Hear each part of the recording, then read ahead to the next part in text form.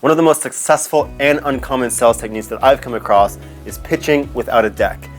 And I'll tell you why that's the case and how to actually do it really well.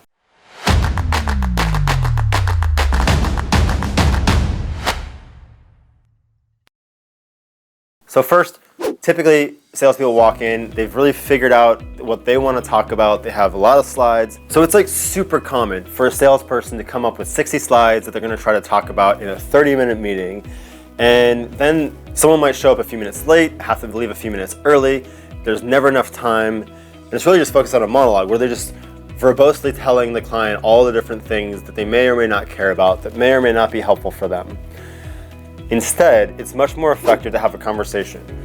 Start off with questions. Try to understand their priorities, what they care about in general, but also right now, what's top of mind, what are they afraid of, what are they concerned about, who's giving them challenges in the organization, what happened in the last all-hands meeting that's very recent.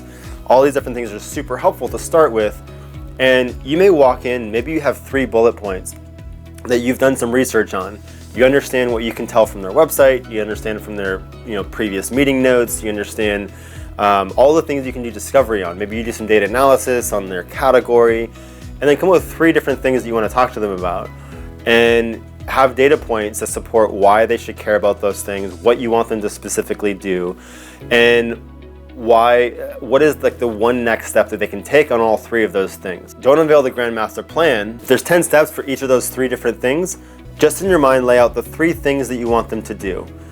Have an insight or a data point for each one of them, a very prescriptive next step, and then ask these questions to then set up weaving in one of these into the conversation. And so for the first one, maybe you say, have you ever thought about trying to do X differently? Your competitor is doing this and it seems to be working for them quite well, but I don't see any evidence that you've tried the same thing. Have you thought about this before? And they may say, oh yeah, we tried that like a couple years ago and we'd be open to trying it again, maybe it'd be worth it. They may say like, oh, we've already done some analysis, there's no way we're ever going to do that again. And then if that's the case, maybe you pivot to the second one. But the idea is that you're sculpting what you're saying based on what they're saying first. So if they said their priorities are X, Y, Z, factoring in and framing how the things that you wanted to talk to them about are going to achieve the things that they just talked about as their top priorities. And this idea to sculpt based on what they're saying is really important. And it also forces us to listen to what the client's actually saying rather than monologuing. And so it's a much more impactful way to figure out how we can help them with what they care about right now. So give that a shot. There's an exercise I do with my team to really help cement the power and the need to ask 5 times more questions than we typically ask.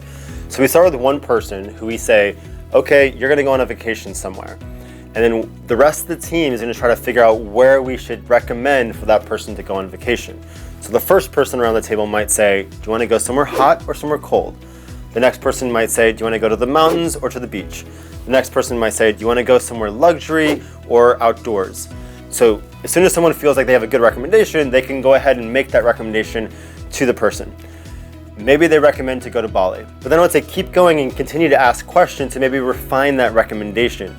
The next person might say, do you want to go on a long or a short flight? Or what is the most amount of distance you would want to go on a flight? And they realize that Bali is very far away, so the recommendation might be better to go to the Caribbean.